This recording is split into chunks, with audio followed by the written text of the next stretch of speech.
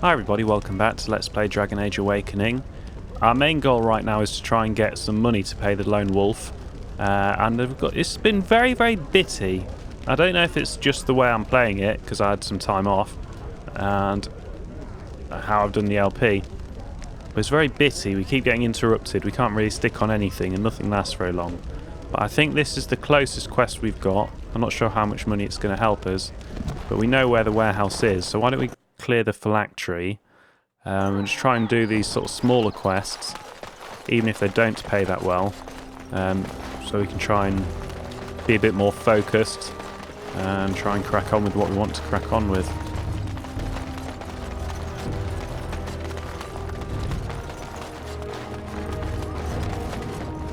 Ah, I did think it was there, it wouldn't let me in. Okay, where is everybody then? I think I can help with that. Oh, we have to do should I do an inventory? I'm gonna have to, I think. I'm gonna cut to the blacksmith. Right, so your weapon I'm gonna stick with, unless there's something really amazing. That plus 100 mana is exactly what we need. And I appreciate a lot of these might be better. Oh, why do I not have a... Yeah, you can have a bow.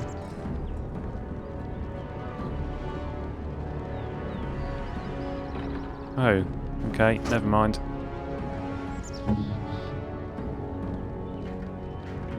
Well, I don't have any weapons for you. No, that's one-handed. Well, you do have a sword then. I mean, Tooth of the Mountain is much better than the Gift of the Grey. Although I do want to pull those out of it, probably, if I can.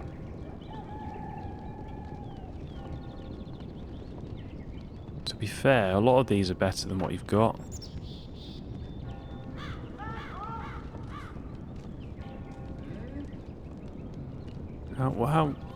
You're a long way from a level up.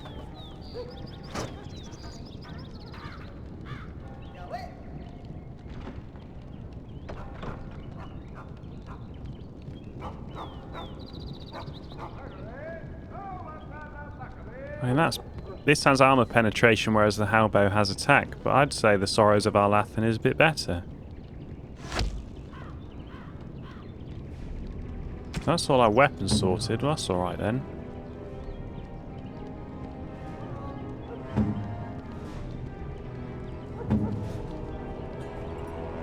I can't imagine any of these things are going to compete, really.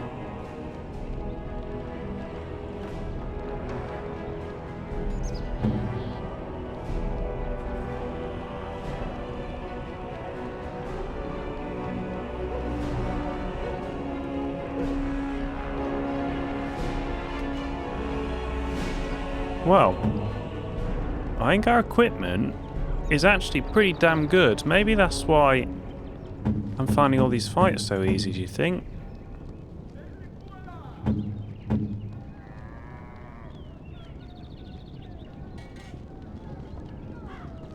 And your boots are really nice. Oh, restriction rogue. Can't stick it on Trini then.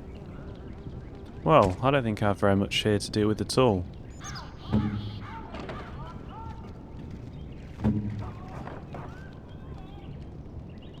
Hard to know which of those is better, really. Pretty equal, I'd say. Mind you, plus 4 con's good. No one else can use it, though. Well, I think we can sell almost everything I've got. If I stick with this guy, assuming the town is always accessible, it should be alright. I don't need injury kits. I don't ever really use them, but they might be good. We'll hang on to them.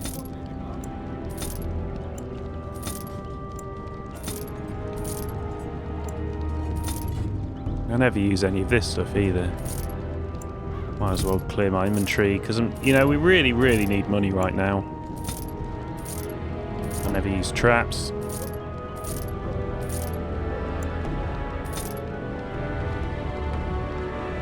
kind of want to go dump all these bits back in my chests.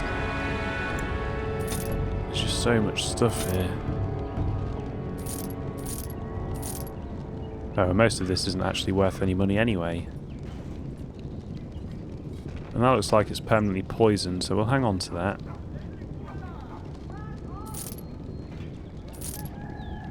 We'll keep the Howe bow, I think, too.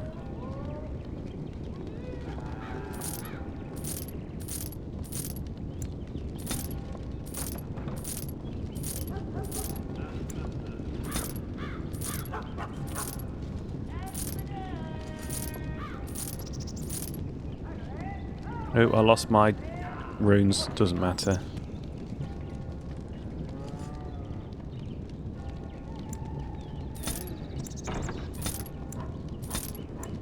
I'd have probably been better selling all this stuff to the keep. But equally, I just want to clear inventory so I can crack on.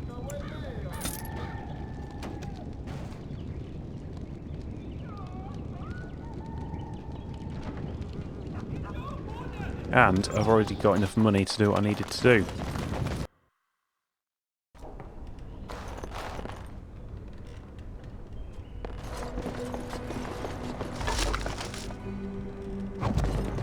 As you say. Well, we might have got more kit for Anders. Loads of gifts here. I guess maybe... And here I almost believed the infamous Anders wouldn't take the bait. Ha! Yes. I suppose I should have known it would be you. You made a poor choice with this one, Commander. Anders will never submit, not to us and not to you. I don't demand him to submit. Wait. I don't want him to submit. He's a free man. We should all be free. Besides, he's made a fine Grey Warden so far. So far, yes. I'll make sure that this murderer is never a bother to anyone again. What? No, you can't arrest me! King Alistair allowed my conscription. The Chantry's authority supersedes the Crown in this matter. You cannot hide within the Grey Warden's ranks. No! That's bullshit. Since when did the... You don't outrank the fucking Grey Wardens. We're on my land, kind of, probably, maybe. Fucking Chantry. He stays with us. Hardly surprising from yet another mage. I do not know how you inspire such loyalty, Anders, but it will avail you naught. Now you come with us. To be fair, he's done absolutely nothing wrong, my lot. Oh, God.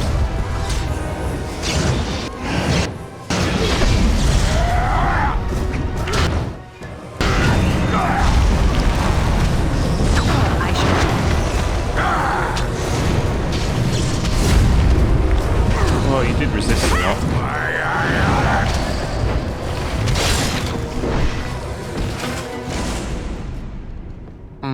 I wonder if Nemea knew about this. I guess it doesn't really matter. Thank you. You stood by me, and I appreciate that. I don't think we've got any evidence that Nemea did know. Yeah, I never liked Templars much either. That's because they're all jerks. Anyhow, let's go before someone else rushes in to waggle a finger at us. Except for Alistair. Liked Alistair. It shall And be he done. betrayed me. It is begun. So are there any phylacteries here then, do you reckon?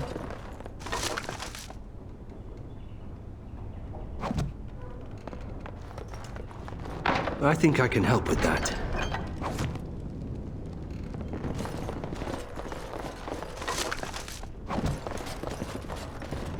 I think I can help with that.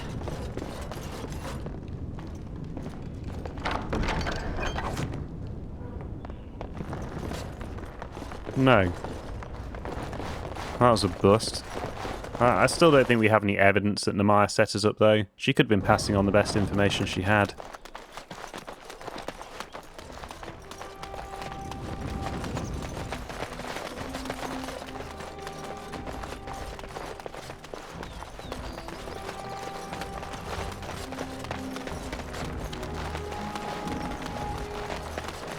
Every day you wait, the conspiracy closes a noose around your neck.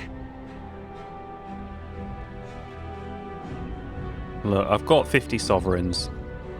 It will be done. Give me some time. Oh, what do I have to do now? You paid the Dark Wolf to look into the conspiracy against you. Return later to see if he's found anything. Okay, well, let's just find something trivial then. There's lots in Wending Wood. There's only one in the Black Marsh. I don't think we want to hang around here particularly.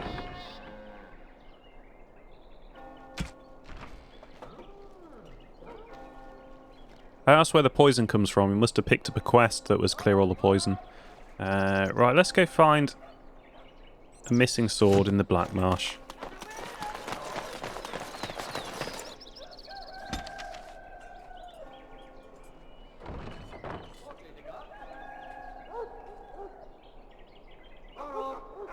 Okay, we are not going to the Black Marsh because it's not on our map. Okay.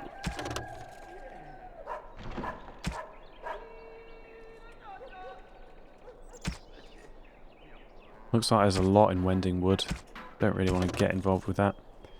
I wonder if we can go to another layer of the dungeon.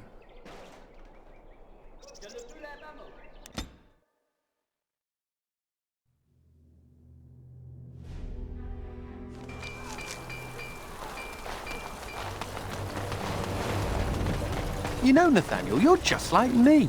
Am I now? Everyone hates your family for something terrible they did, even though you weren't involved. I hope you have a point, Anders. It's like you're a mage. If there were more Howes, they'd lock all of you up in a tower to protect everyone else. A thrilling analogy.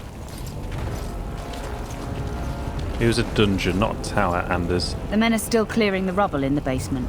They'll be finished soon.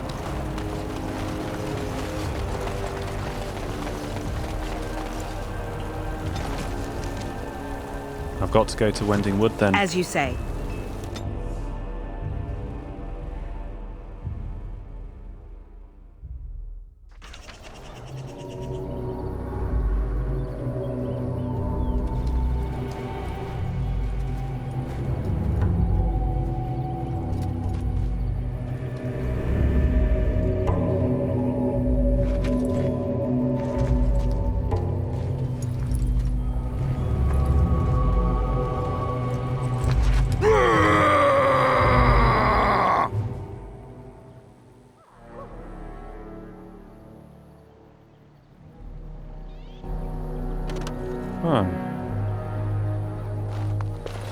Not to belabor the point or anything, but I think this caravan was attacked.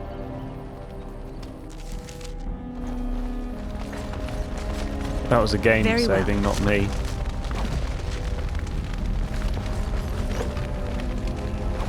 Why did they growl and run away and then not bother to fight me then? Because you have the world's worst ambush, I'm guessing.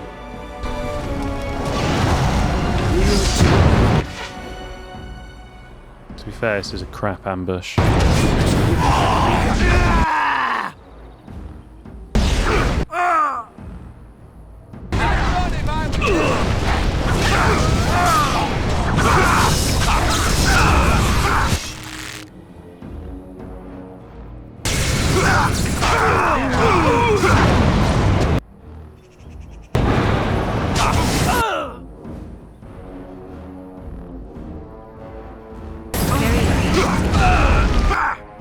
Oh, you're not dead yet. Oh shit, everyone's dead. All my guys are dead. I shall do it. Maybe I should have taken it a bit more seriously.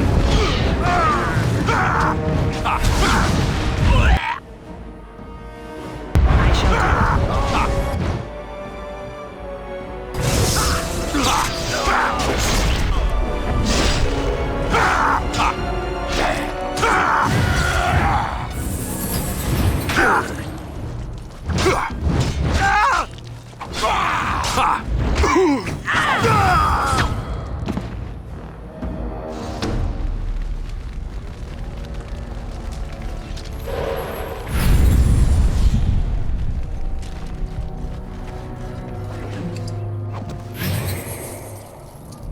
As you say.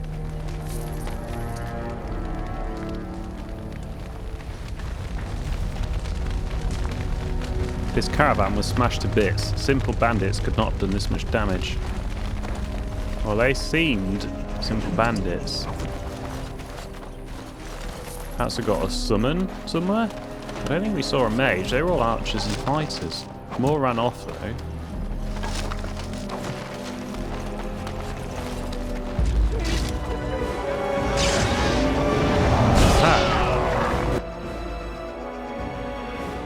It is begun.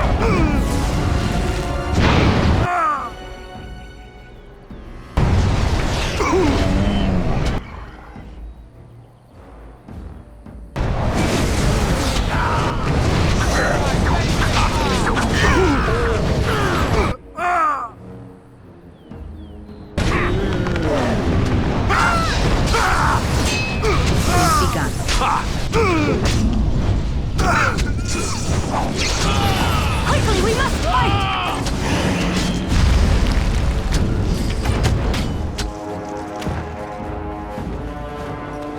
Charred Sylvan that was.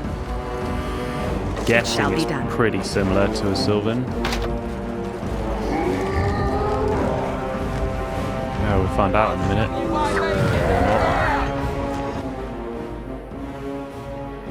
It is begun. Oh, stop resisting. It looks like these things are all working together. And I'm out of magic.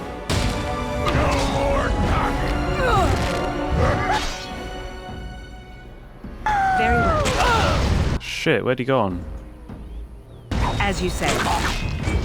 Oh, it looks like he was fighting something on his own. It's not going good. Right, maybe I'll take it more... I am on hard, aren't I? And I'm not really taking it seriously at all.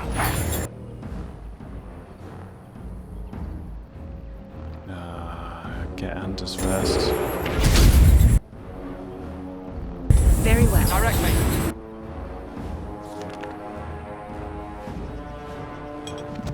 Anders to the rescue.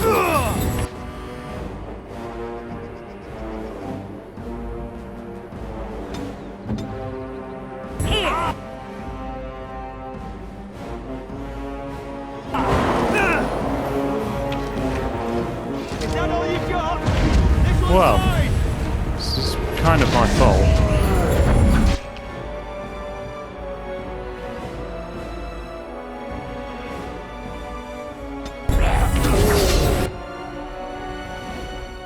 Well, I've got my good spells back anyway. Let's kill some of these nobodies.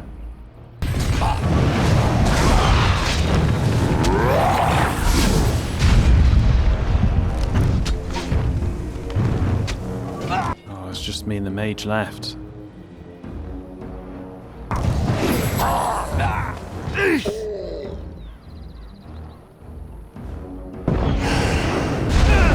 Excellent. You know, I think I'm probably going to load this and do it again. It's my fault because I wasn't paying any attention. I'll be back.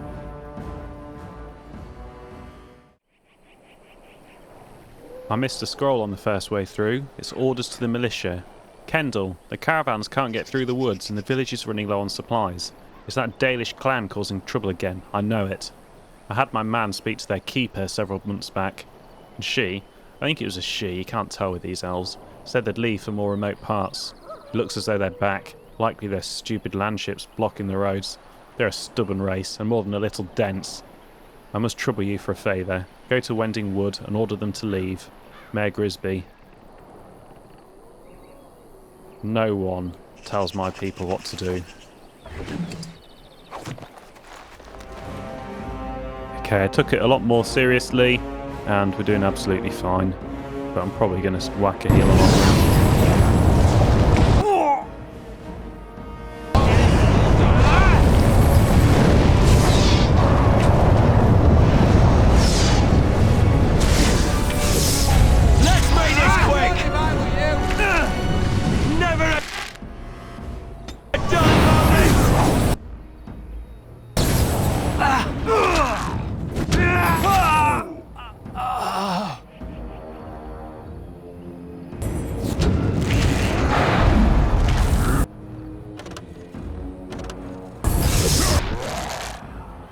don't want to kill Ogren, really. Genuine question. Oh, Ogren's on the ground, that's why I can't see him. Stop clicking. How about there?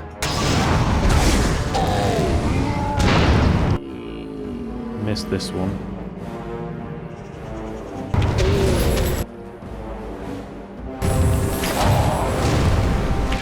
Oh, he's immune to fire. It is begun. Ah.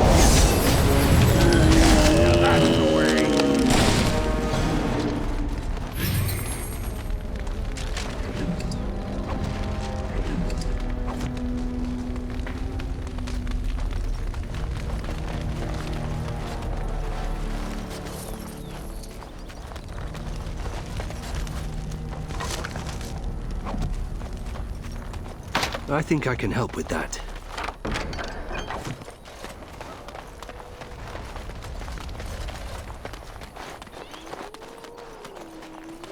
It is begun.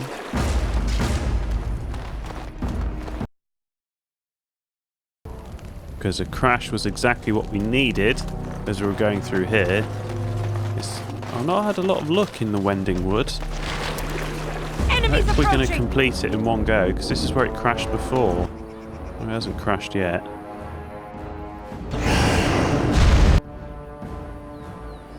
As you say. It shall be done. Ah, you resisted.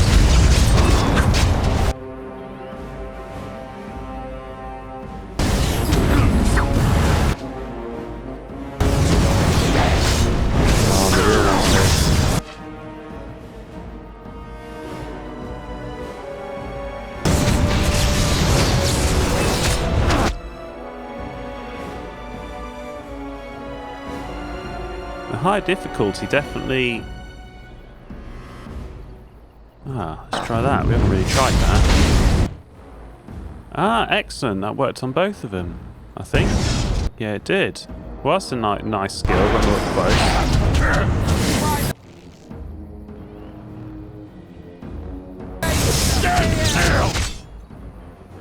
It shall be done.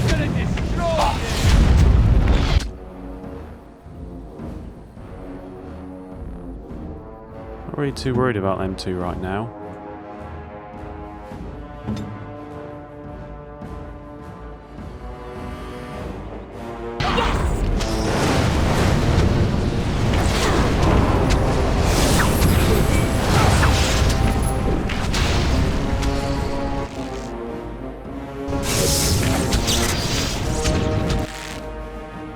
As you say.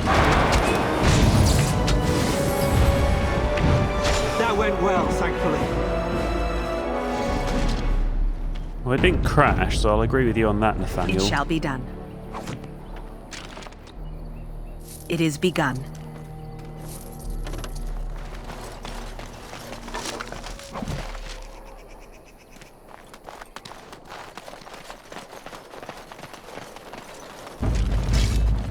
Engraved statue.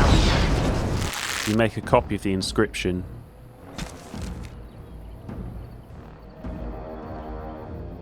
I reckon it's going to be more than just that.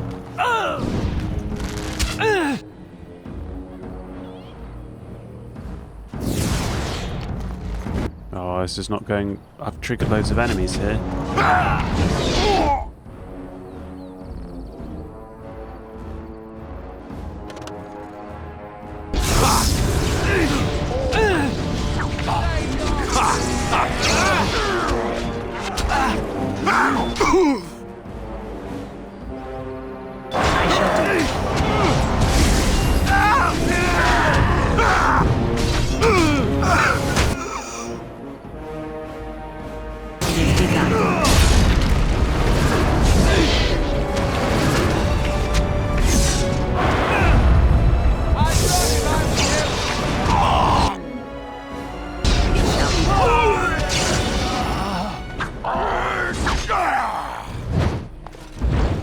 As you say.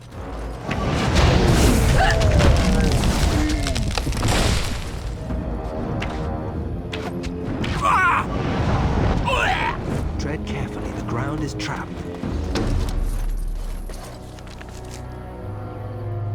So does this go to the back of the original caravan?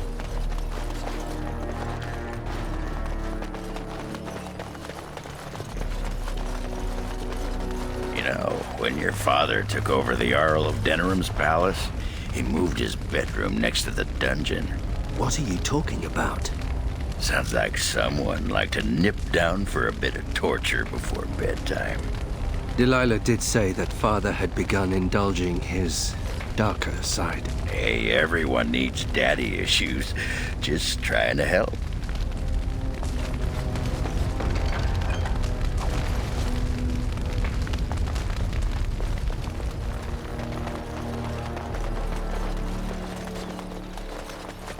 This is back to... Right, so that's the first battlefield, I think.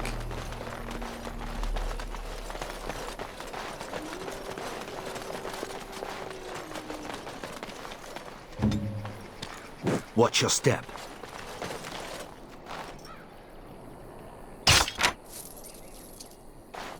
I thought I saw a statue here. There it is.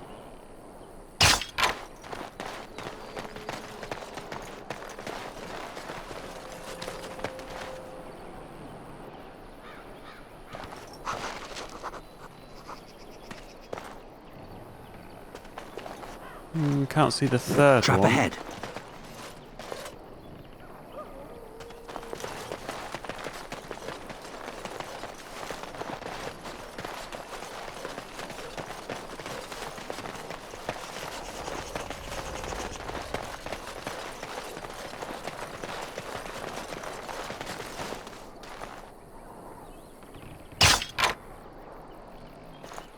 That must be the one I've already done then.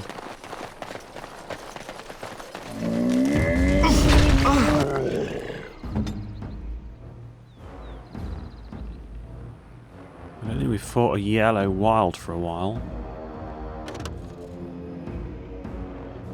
As you say.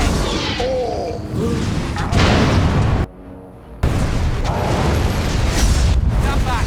I can handle this! Quickly, we must fight! Invested in the wrong name! It shall be done.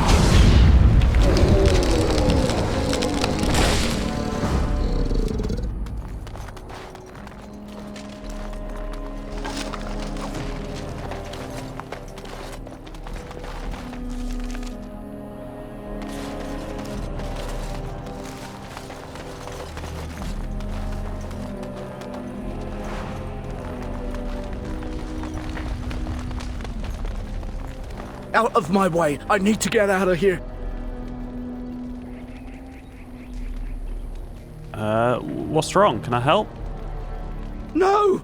No one can help me! I just need to get out of here! What do you know about the caravan attacks? Nothing! We heard about the caravan attacks, but it wasn't us, I swear. We just thought there would be valuables left behind, but then...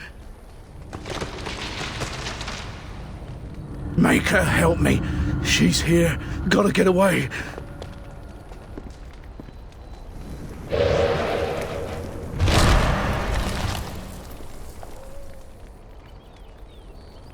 I recall you from the last gathering of the clans. Your keeper is Marathari, is she not?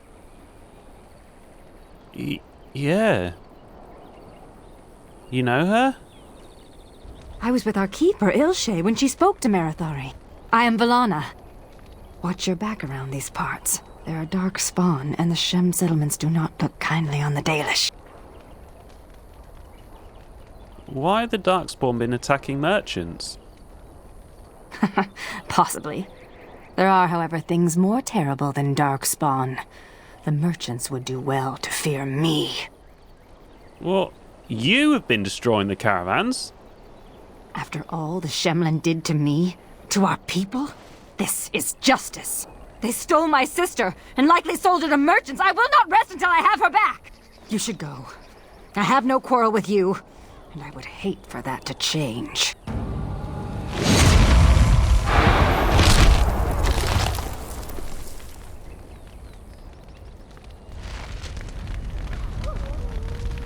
That is definitely a bombshell. I think we're going to have to kill this rogue Dalish elf. It kills me inside to have to kill one of my own, but we can't let this go on. This is fucking crazy. I need these goods for my keep. I can't have it wrecking all my bloody trade routes. I'm sorry, but I'm going to have to put a stop to this, even if you are my sister. And on that bombshell, thank you for watching. Come back for the next episode of Dragon Age Inquisition. No, Awakening.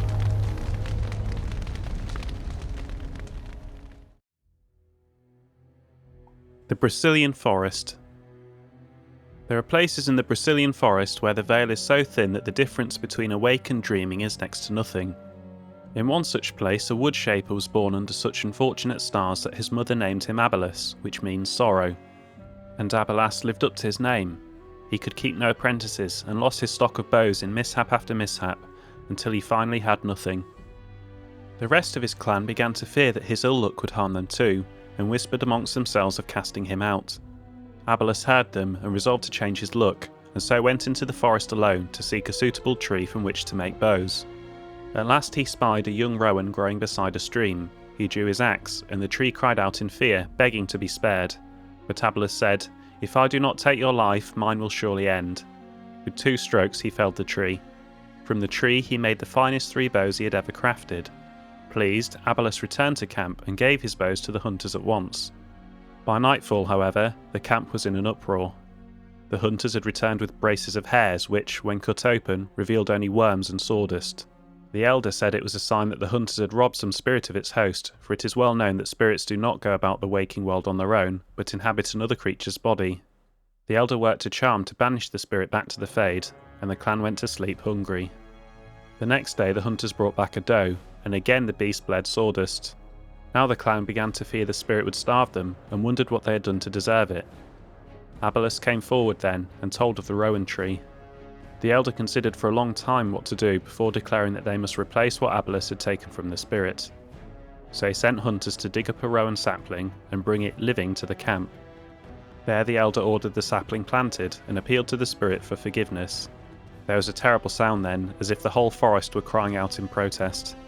Darkness fell upon the camp, though it was just past midday, and when the darkness passed, a rowan grove, every tree bearing the frozen face of a terrified elf, stood where the camp had been. From then on, it was forbidden in every clan to cut living trees in the Brazilian forest. The spirits know nothing of forgiveness.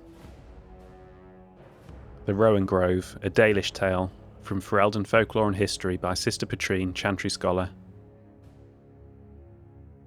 The Frostback Mountains. Even mountains had a heart, once. When the world was young, Korth the Mountain Father kept his throne at the peak of Belenus, the mountain that lies at the centre of the world, from which he could see all the corners of earth and sky. And he saw strong men become weak, brave men grow cowardly, and wise men turn foolish for love. Korth devised a plan that he might never be betrayed by his own heart, by taking it out and hiding it where no soul would ever dare search for it. He sealed it inside a golden cask, buried it in the earth, and raised around it the fiercest mountains the world had ever seen, the Frostbacks, to guard it. But without his heart, the Mountain Father grew cruel. His chest was filled with bitter mountain winds that shrieked and howled like lost souls. Food lost its flavour, music had no sweetness, and he lost all joy in deeds of valour. He sent avalanches and earthquakes to torment the tribes of men. Gods and men rose against him, calling him a tyrant, but with no heart, Korth could not be slain. Soon there were no heroes left, either amongst men or gods, who would dare challenge Korth. The Lady of the Sky sent the best of her children, the swiftest, the cleverest, and the strongest flyers, to scour the mountains for the missing heart, and for a year and a day they searched. But sparrow and raven, vulture and eagle, swift and albatross returned to her with nothing. Then the ptarmigan spoke up and offered to find the god chief's heart. The other birds laughed, for the ptarmigan is a tiny bird, too humble to soar, which spends half its time hopping along the ground. The lady would not give the little creature her blessing, for the mountains were too fierce even for eagles, but the ptarmigan set out anyway. The little bird travelled deep into the frostbacks. Where she could not fly, she crawled. She hugged the ground and weathered the worst mountain winds, and so made her lonely way to the valley where the heart beat. With all the god's terrible deeds, the heart was far too heavy for the tiny bird to carry, so she rolled it, little by little, out of the valley, down a cliff, and when the golden cask struck the earth, it shattered. The heart was full almost to bursting, and the pain of it roused the mountain god to come and see what had happened. When Korth neared his heart, it leapt back into his chest and he was whole again. Then Hakon Winter's Breath bound Korth's chest with 3 bands of iron and 3 bands of ice, so it could never again escape. all the remaining gods named the ptarmigan honoured above even the loftiest of eagles. The Ptarmigan, an Avar tale, from Ferelden, Folklore and History, by Sister Petrine, Chantry Scholar. Gwaran.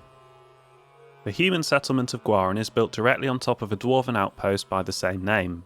Prior to the First Blight, in a time when Ferelden was not yet a nation and was still carved up into barbarian tribes, the outpost served as a source of salt, and a means by which the dwarves could reach the sea lanes of the Amaranthine Ocean. Unwilling to come to the surface, the dwarves made an agreement with the local town to build a port and relied upon the humans to ferry goods between the ships and the underground outpost. This made Gwaran a prosperous place and extraordinarily wealthy for a time. When, in the Divine Age, the dwarven kingdoms fell to the Darkspawn and the deep roads were closed off, so too did the dwarves disappear from Gwaran. The human settlement, the envy of the surrounding barbarian tribes, was assaulted and sacked, its wealth stolen. The town remained, however, and despite its remote location continued to find value as a source of fish and timber. As the first settlement liberated by King Maric and Loghain during the Ferelden Rebellion, Gwaran was eventually granted to Loghain when he became Tern in 911 Dragon Age. From Ferelden, Folklore and History by Sister Petrine, Chantry Scholar. Highever. Castle Highever has stood since the Divine Age, when it was not an independent Banon, but merely an outpost of the growing Banon of Amaranthine, in the days before the Amaranthine became an Arling itself. The outpost of Highever was originally held by the Elston family, cousins of the Howes. In the Age of Towers, however, Ban Conobar Elston was murdered by his wife Flemeth, thus ending the bloodline. Conobar's captain of the guard, Saram Cuslan, took the lands and title. The cousins declared their independence from Amaranthine and started a war that lasted 30 years. When the dust settled, Highever was on its own, and in possession of half the land that had once been southwestern Amaranthine. Highever became a Turnir during the Black Age, when Helia Cusland gathered the lords together under her banner to drive the werewolves out of their lands, earning herself the title of Turner almost as an afterthought. Today, Highever is one of only 2 remaining Turnirs, making the Cusland family second in rank only to the king. Arl Howe of Amaranthine was named the new Tern of Highever under somewhat questionable circumstances, and the fate of the Cusland family is now uncertain. From Ferelden, Folklore and History by Sister Petrine, Chantry Scholar. Lake Calenhad. The waters of Lake Calenhad are steeped in legends. The Avar people say that it was once the site of Belinus, the mountain which stood at the centre of the world, from which Korth the Mountain Father surveyed the earth and sky, but that the mountain was destroyed in the battle between Korth and the serpent Nathramar, leaving only a vast crater behind. When the Lady of the Skies saw that Belinus was gone, she wept, and her tears filled the crater, making the lake. The Tevinters believe that the waters of Lake Calenhad were blessed by Razikel, god of mysteries, and that those who drank from them were granted special insights. This was why they built the Great Tower on an island in the middle of the lake, hoping the powers of the lake would aid their magical research. But most of us know the legend of King Calenhad, which gives the place its name. It is said that Calenhad Tyrion spent a year and a day in the Tower of the Magi. Each day he drew a single cupful of water from the lake and carried it to the Fomari at the top of the tower. By magic, each cup of water was forged into a single ring of the mail armour the Circle gave to Calenhad. In that armour, made from the lifeblood of the land itself, no blade could strike him, no arrow could pierce him, so long as he stood on Ferelden soil. From Thedas, Myths and Legends by Sister Petrine, Chantry Scholar.